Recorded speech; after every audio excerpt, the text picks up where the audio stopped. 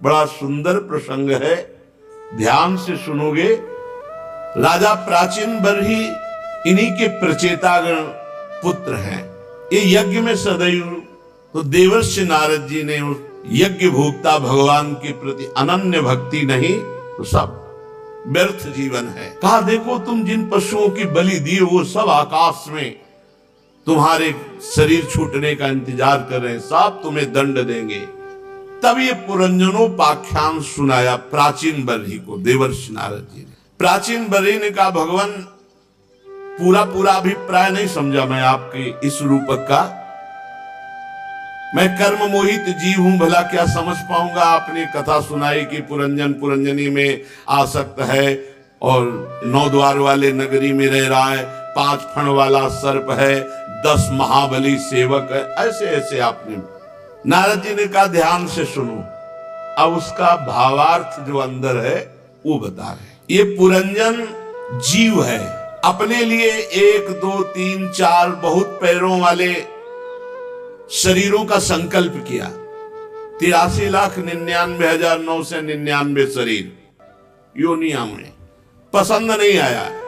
उसको पसंद आया ये मानव देह, ये सर्वोत्तम है। और उस जीव का सखा है परमात्मा, जो अविज्ञात नामक सखा है वो परमात्मा है, ईश्वर है। हर समय आपके साथ रहते हैं भगवान, हर समय, पर किसी को पता नहीं चलता कि प्रभु हमारे पास है। अविज्ञात सखा, सबका दोस्त है भगवान, सबका दोस्त है, सबका प्रिय मित्र है। किसी भी प्रकार से उस जीव को पता ना चल जाए कि भगवान है पास, यही माया का खेल है। जीव ने जब सुख दुख रूप सभी प्राकृत विषयों को भोगने की इच्छा की तो उसे ये शरीर पसंद आया। 9 द्वार, 2 हाथ 2 पैर वाला मानव देह। इसमें जो पुरंजनी है वो बुद्धि है, अविद्या जनित। अब वो बुद्धि में आसक्त होने के कारण शरीर का भोगी बन गया। और जो बताया गया था 5 फड़ वाला सर्प, तो प्राण अपान व्यान उदान समान, ये 5 प्राण ही इस शरीर की रक्षा करते हैं। नारद जी कहते हैं पुरुष श्रेष्ठ, यहां तक जो हमने कहा वो तुम्हारे प्रश्न का उत्तर है। अब मैं एक भली भांति निश्चित किया हुआ गुप्त साधन बताता हूं। देखो ध्यान से सुनो। एक बहुत सुंदर बगीचा है, उस बगीचे में अपनी हिरनियों के साथ एक हिरन हरी हरी घास चुनते हुए बड़ा मस्त हो रहा है।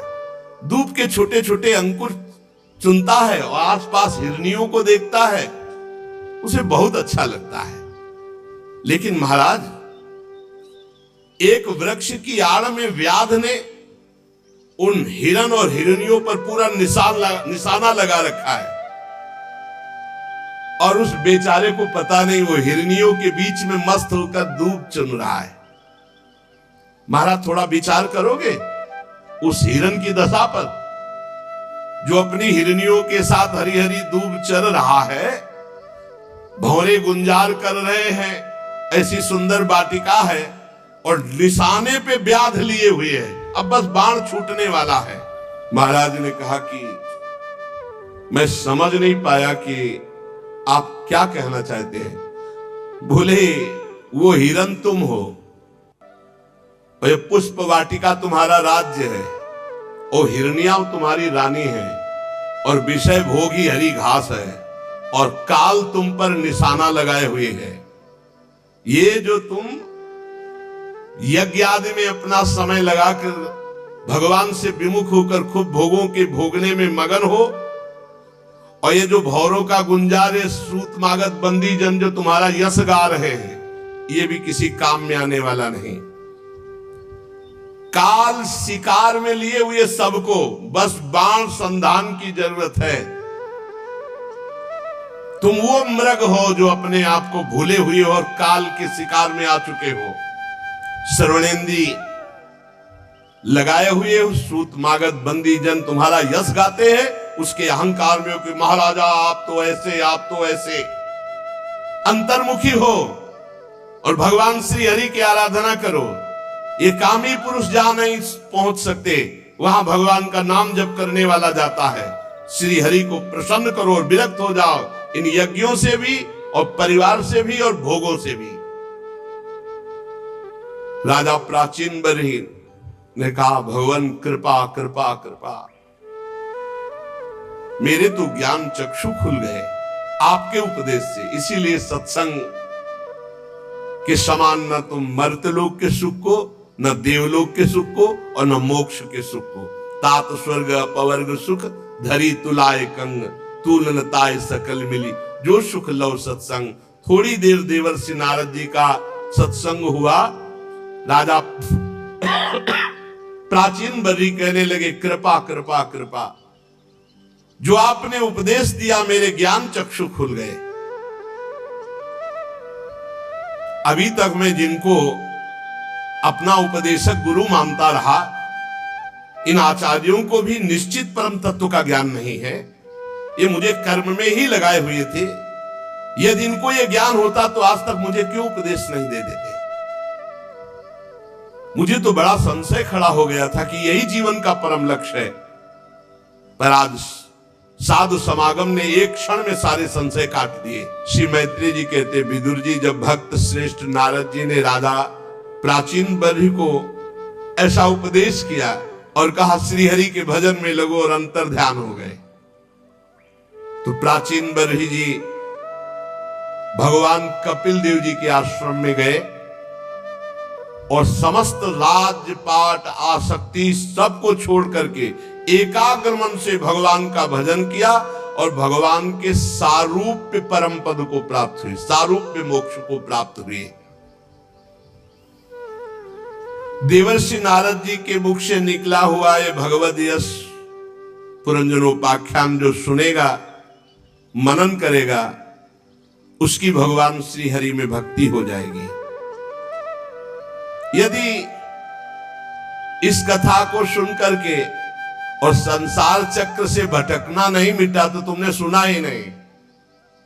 एक बात केवल पकड़ लो, नाम जप हर समय करो, हर समय नाम जप। यही बहुत भयमय संसार है, बहुत भयमय।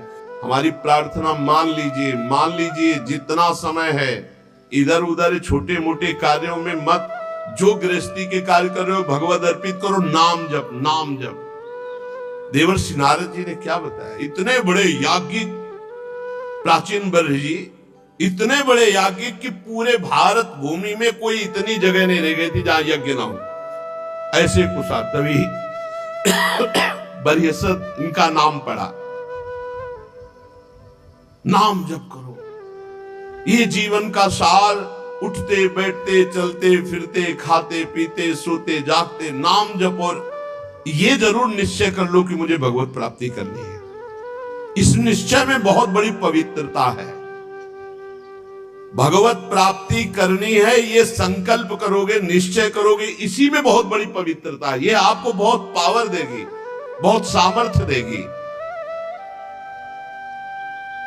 प्राचीन बर्ही जी ने कपिल आश्रम में अपने शरीर को भगवत चिंतन करते हुए छोड़ा तो सारूप्य मोक्ष को प्राप्त हुए। इधर इनके पुत्र जो प्रचेतागण हैं, भगवान रुद्र ने जो उपदेश किया था, तो समुद्र में खड़े होकर के वो भगवान रुद्र के द्वारा दिए गए स्तोत्र का 10,000 वर्ष तक जप किया। इसीलिए कलयुग की जय हो। अपनी तो आयु ही 100 वर्ष है। 10,000 वर्ष तक जब तपस्या किया तो भगवान प्रसन्न हो गए और आए। गरुड़ जी के कंधे पर बैठे हुए श्री भगवान मानो सुमेरु के शिखर पर श्याम घटा छाए हो। सुमेरु जैसी कांति गरुड़ जी की और श्याम घटा कांति भगवान श्री हरि की। मनोहर पीतांबर, कंठ में कौस्तुभ मणि, अपनी दिव्य प्रभा से सब दिशाओं के अंधकार को दूर कर रहे थे। बहुत ही तेजों में आभूषण भगवान धारण किए हुए थे। मनोहर मुखमंडल की अपूर्व शोभा थी। मस्तक पर झिलमिलाता हुआ मुकुट शोभायमान, और भगवान के जो देवता मुनि पार्षद गण वो सब हाथ जोड़े खड़े हैं। गरुण जी के पंखों से साममय ध्वनि हो रही थी, सामवेद की। अजान बाहु लंबी भुजाएं, वनमाला श्री चरणों तक। इस प्रकार प्रचेता गणों ने दर्शन किए सामने गरुड़ पर विराजमान भगवान श्री हरि के। श्री भगवान ने प्रचेता गणों से कहा, राजपुत्रो तुम्हारा कल्याण हो। तुम सब में परस्पर बड़ा प्रेम है, प्रेमवश तुम एक ही धर्म का पालन कर रहे हो। तुम्हारे इस भ्रातृ प्रेम को देखकर मैं बहुत प्रसन्न हूं। दसों एक ही कार्य, और तुमने 10,000 वर्ष तक दसों ने मिलकर के भगवान रुद्र के द्वारा उपदिष्ट स्तोत्र का जप किया। मैं बहुत प्रसन्न हूं। वरदान मांगो। जो पुरुष सायंकाल के समय प्रतिदिन तुम्हारा स्मरण करेगा, मैं उस पर बहुत जल्दी प्रसन्न हो जाऊंगा। जो लोग प्रातः काल और सायंकाल रुद्र गीत का गायन करेंगे, मैं उनका अभीष्ट वरदान उनको प्रदान करूंगा। तुम्हारी कीर्ति संपूर्ण विश्व में फैल जाएगी।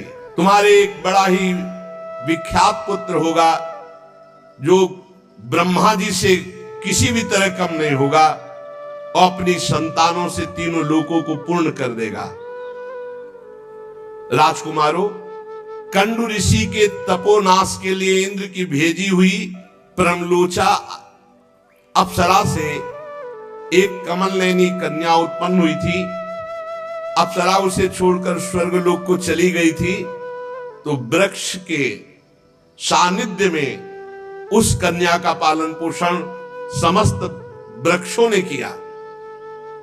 जब वो भूख से व्याकुल होकर रोने लगी, तो औषधियों के राजा चंद्रमा ने अमृत वर्षिणी तर्जनी अंगुली से उसका पोषण किया है।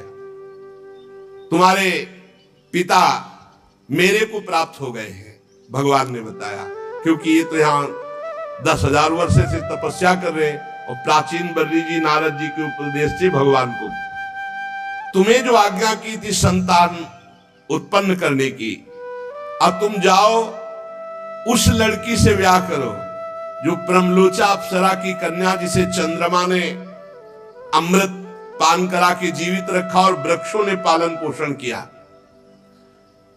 तुम सब एक स्वभाव के हो, एक धर्म का पालन करने में रुचि रखते हो, इसलिए तुम दसों उसी के साथ ब्याह करो। तुम्हारा कभी आपस में द्वेष नहीं होगा, झगड़ा नहीं होगा। मेरी कृपा से तुम्हारी बुद्धि शुद्ध रहेगी, और तुम 10 लाख दिव्य वर्षों तक जवान और बलवान रहकर दिव्य भोगों को भोगोगे। यह है भगवान के भजन का प्रताप। इस लोक में भी सुख और परलोक में। इस लोक में कितने? 10 लाख दिव्य वर्ष तक जवान और बलवान रहकर दिव्य भोगों को भोगोगे, और अंत में अविचल भक्ति के प्रभाव से लोक परलोक की वासना का नाश होकर तुम मेरे परम धाम को आओगे। ये भजन का अंत में भगवान के धाम में निरंतर वास, और जीते जी 10 लाख दिव्य वर्ष तक जवान रहकर दिव्य भोगों को भोगना। जो लोग अपना जीवन मेरे को अर्पित कर देते हैं, जिनका सारा समय मेरी कथा वार्ता चिंतन नाम जप में जाता है, वो चाहे गृहस्थ हो चाहे विरक्त, उनको कोई भी बंधन बांध नहीं सकता, वो मेरे को प्राप्त होंगे। फिर ध्यान से सुन लो, जिन लोगों ने अपने जीवन को मेरे को अर्पित कर दिया है, जो नित्य प्रति मेरी कथा वार्ता में मेरे नाम जप में है, वो चाहे गृहस्थ हो चाहे विरक्त हो, उनको कोई बंधन नहीं बांध सकता, वो मेरे को प्राप्त होंगे।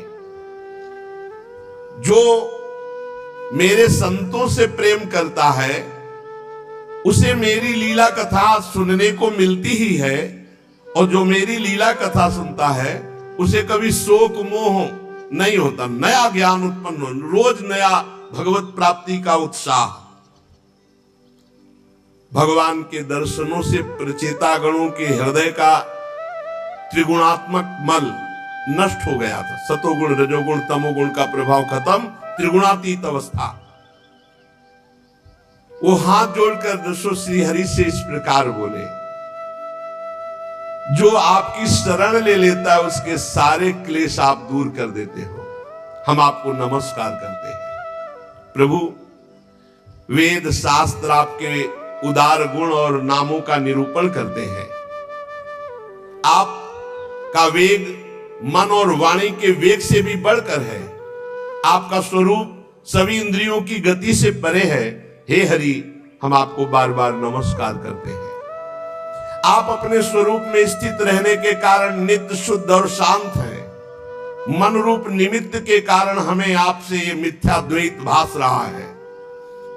अगर ये मन रूप लय हो जाए तो द्वैत खत्म हो जाए।